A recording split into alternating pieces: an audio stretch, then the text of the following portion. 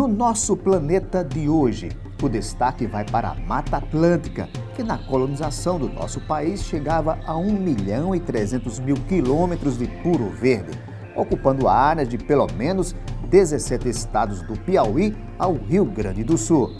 Mas hoje 93% da mata original não existe mais, resultado da própria ação do homem. E o que o IBAMA faz para impedir a devastação de um dos mais importantes biomas do Brasil? Agora, no nosso planeta que está começando. Olá, a devastação da Mata Atlântica não é uma coisa muito nova. Na realidade, ela começou por volta de 1500 com a chegada dos portugueses. O alvo deles era essa planta aqui, de folha miúda, que nós conhecemos como pau-brasil. A extração da planta, que chamou a atenção também de franceses, era feita com a ajuda dos próprios nativos que habitavam na área litorânea. Em troca, recebiam mercadorias como machados, espelhos e tecidos. Da árvore era extraída uma coloração usada em tecidos que tinha um bom valor no mercado europeu. A ocupação do Brasil ela foi feita pelo litoral. As principais cidades brasileiras estão localizadas nos municípios da Mata Atlântica. Então, o primeiro fator de desmatamento no processo histórico de ocupação no Brasil foi a urbanização. Então, a extração de seus produtos começou desde aquela época, desde 1500, né? Teve o pau-brasil, um dos grandes fatores econômicos da época de desenvolvimento, assim como o ciclo do ouro e outros ciclos, teve o ciclo do pau-brasil também, né, que foi um fator bastante significativo na exploração da vegetação da Mata Atlântica. Posteriormente, com o decorrer dos anos, né, essa região litorânea também passou a ser uma região bastante habitada, né, e hoje quase 57% da população do Brasil está inserida dentro do bioma Mata Atlântica. O pau-brasil foi considerado extinto até 1928, quando foi descoberto um exemplar numa mata no interior de Pernambuco. Depois disso, para efeito de preservação, passou a ser cultivada em parques e estações ecológicas. Depois do pau-brasil veio o ciclo da cana, que para a produção de açúcar exigiu longos campos para o cultivo da planta. Como era uma área do litoral, a Mata Atlântica é derrubada de forma mais intensa. A cana-de-açúcar ela teve um pool de crescimento muito grande na época do pró-álcool, né? Na época de 90, 80, aliás, na década de 80. Então, houve muito incentivo ao plantio de cana-de-açúcar, na época, justamente para estimular a produção de álcool.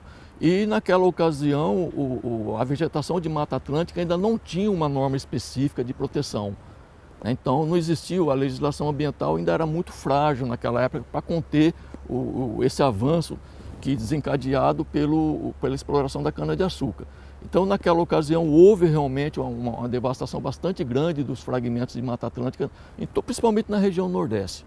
A região Nordeste foi bastante atingida por esse programa do governo federal de expansão da cultura da cana-de-açúcar.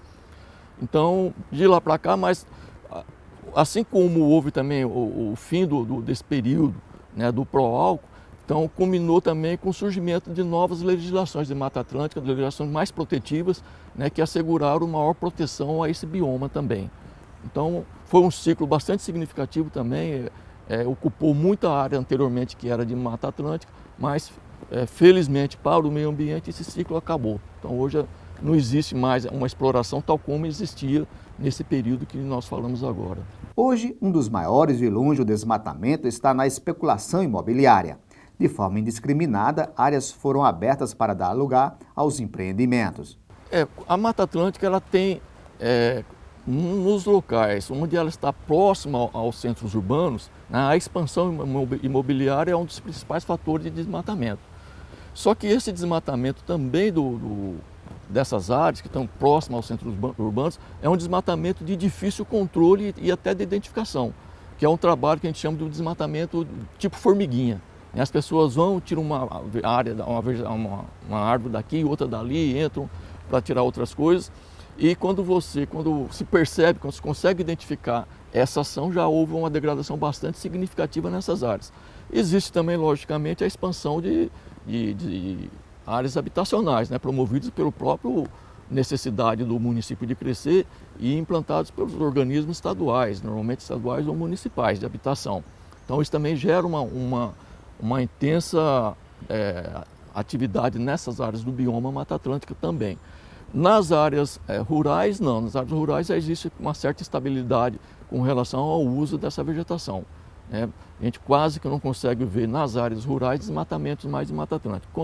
Quando se identifica, são algumas áreas de expansão bastante pequenas e não tão significativas quanto representa as áreas de supressão nas áreas urbanas. Você tem a urbanização, que continua contribuindo para o desmatamento nas cidades brasileiras localizadas na costa, o plantio de cana-de-açúcar e, recentemente, os manguezais, que também são ecossistemas associados de Mata Atlântica, têm sofrido muito com a atividade da criação de camarões. A criação de camarão são viveiros que são feitos e, para fazer esses viveiros, é desmatada parte do mangue é desmatado. E, além disso, também existe uma série de elementos tóxicos, né, que são introduzidos no ecossistema para essa atividade da carcinicultura. Então, tudo isso contribui para a perda da biodiversidade, né, e para o desmatamento.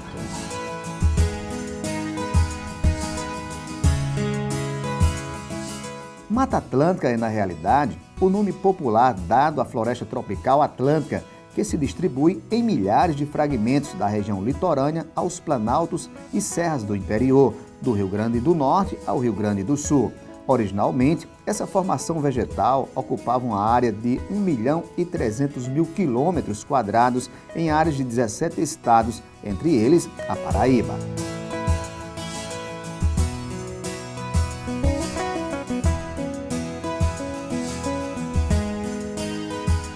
O ecossistema da Mata Atlântica é um dos mais ricos do mundo.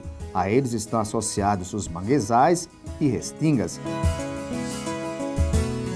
além da fauna composta com uma grande diversidade de animais silvestres.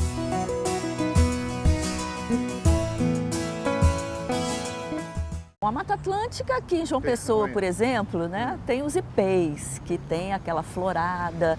Existem algumas espécies que elas são muito difíceis de serem reproduzidas.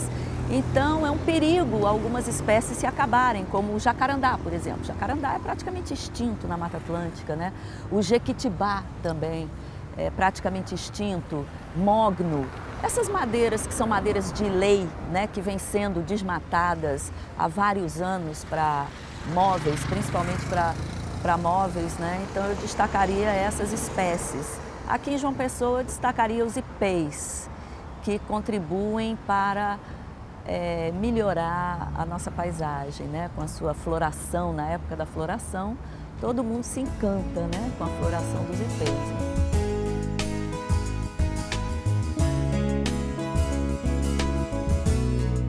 A seguir, nós vamos falar sobre as leis de proteção à Mata Atlântica e como o IBAMA está fazendo para fiscalizar o desmatamento. A gente volta já já.